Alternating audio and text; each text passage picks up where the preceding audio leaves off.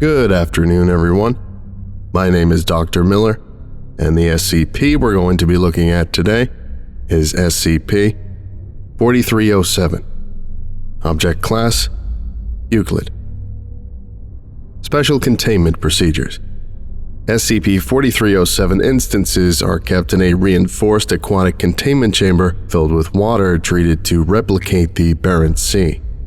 One side of each chamber wall is to be coated with a lead plating, and X-ray emitters are to be installed in two corners of the chamber with the purpose of being activated once a week to feed the SCP-4307 colony. Vegetation inside the chamber is to be maintained once every 3 weeks by D-Class personnel equipped with reinforced diving suits.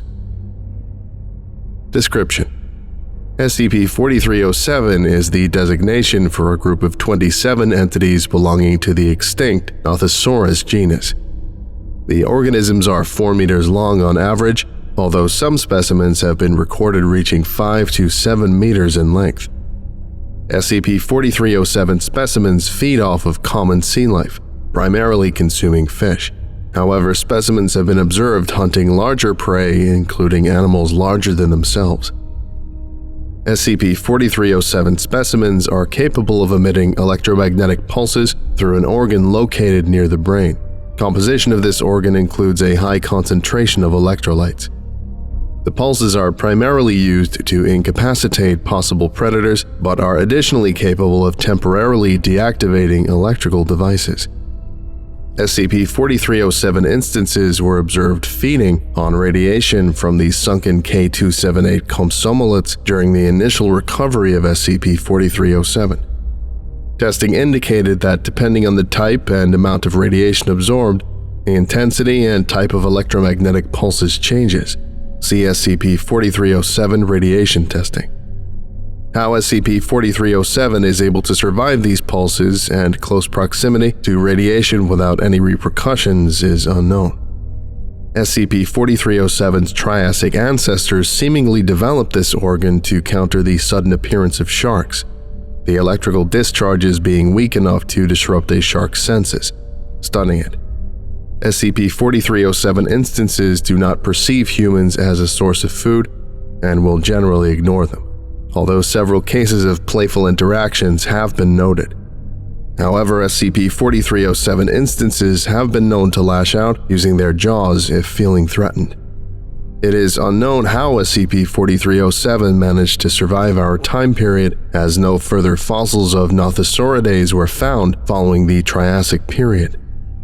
Foundation paleozoologists suggest the possibility of the SCP-4307 colony becoming frozen in a secluded ice cave near the end of the Triassic period, somehow managing to survive through multiple extinction events.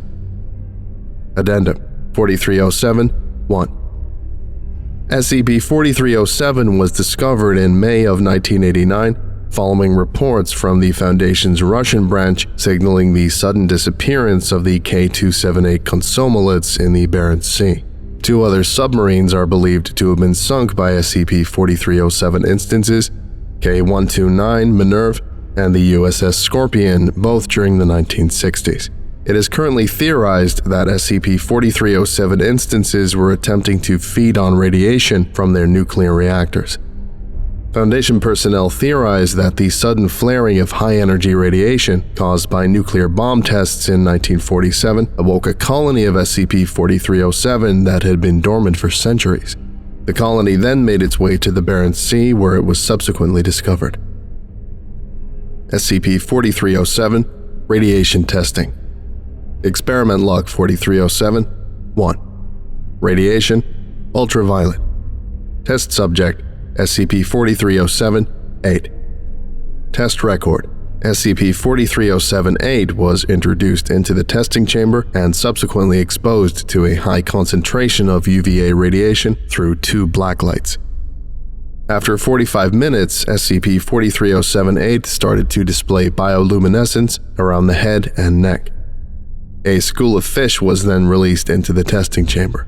Upon SCP-4307-8 taking notice of their presence, it began charging up a pulse. Upon release, the pulse manifested as a blue ray, fatally electrocuting fish in contact with it. Testing ended after 20 minutes of SCP-4307-8 repeating this behavior. Notes: after being removed from the testing chamber, SCP-4307-8 lost its bioluminescence after 2 days. Experiment Log 4307-2 Radiation, X-ray. Test Subject, SCP-4307-21.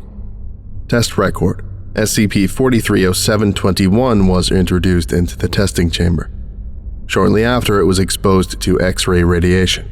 After an hour of exposure, SCP-4307-21's skin became translucent with the organ located on the head glowing, akin to a Melanocetus johnsoni, humpback anglerfish. A school of fish was then released into the testing chamber. Once noticed by SCP-4307-21, the specimen released a pulse which could not be detected visually. After 5 minutes, fish that were hit by the pulse turned translucent and stopped moving. A fish was captured for analysis while the rest were eaten by SCP-4307-21. The test was ended approximately 10 minutes later. Notes: analysis of the fish showed that the part of the brain that controls the locomotive functions of the fish was damaged, rendering the fish unable to move.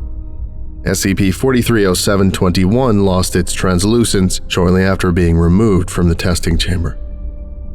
Experiment Log 4307-3 Radiation, Gamma.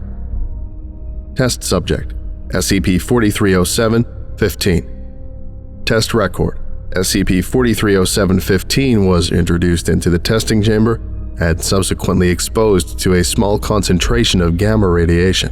After 30 minutes had passed, readings showed that all radiation was absent from the chamber. A school of fish was then released into the testing chamber with the goal of triggering a pulse from SCP-4307-15, as had been demonstrated in previous tests.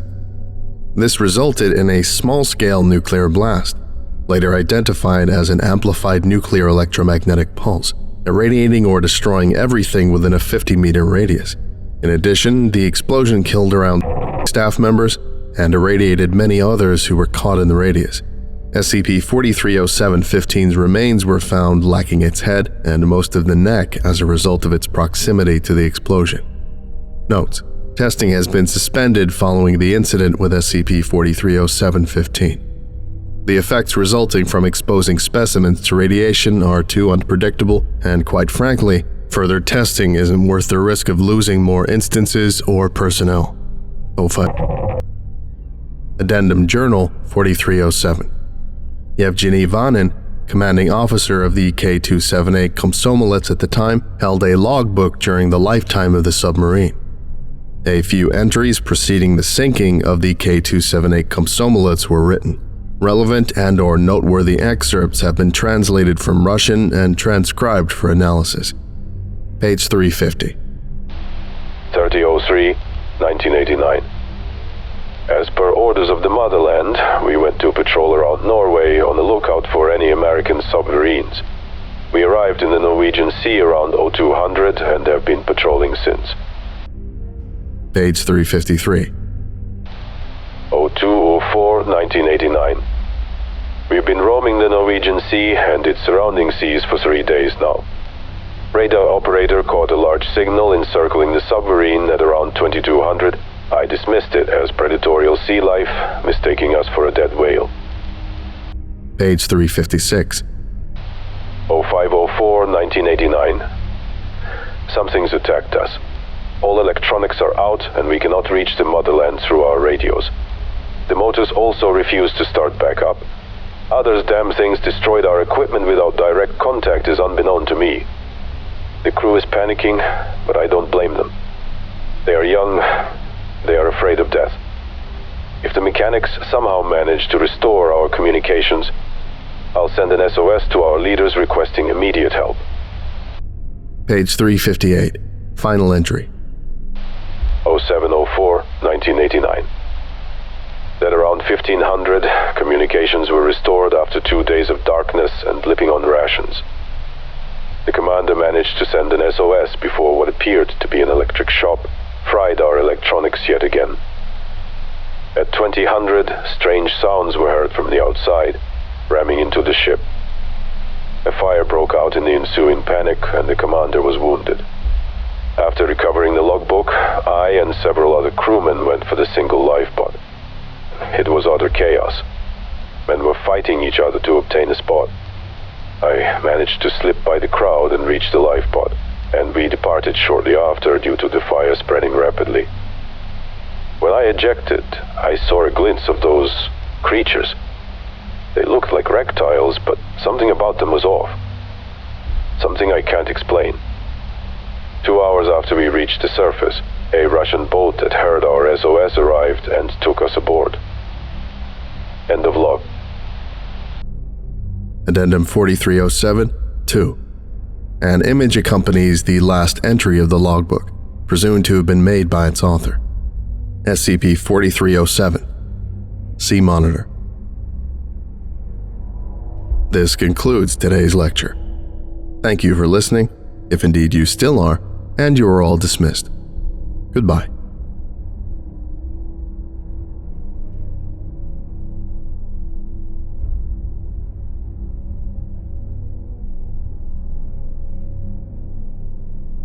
I would like to give a special thank you to Zargaran, O Crap Guy, Rowan O'Brien, Ordus Malleus, James Saba, Hello, Lost Boy, Your Local Foundation Agent, Zazapan, Cupster, Dean Dingus, Braided Peach, Soto Voce, Oscuro Vision, Simon the Skink, Dr. Andrew Turner, Fred Full, Ferret Man, Grimnir, Extra Moments 123, and Swift Raw. If you would like a special thank you at the end of each of my videos, and some other cool stuff as well, visit patreon.com/TheVolgun. Thank you.